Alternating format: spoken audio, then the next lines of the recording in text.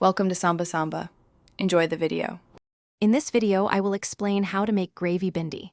First, let's gather our essential ingredients.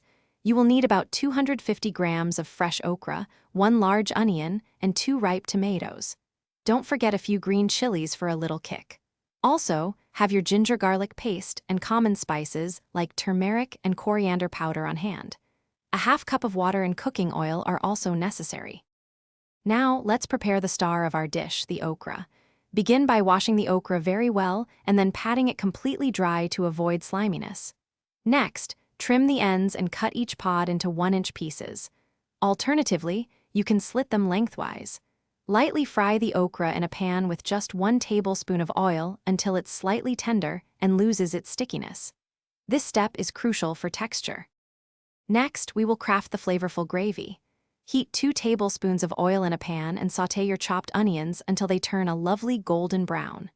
Then, add the ginger garlic paste and green chilies, cooking for about 1 minute until fragrant. Stir in the chopped tomatoes and cook them down until they soften and the oil begins to separate.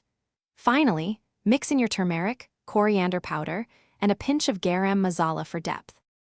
For the final steps, gently add the lightly fried okra into your simmering gravy.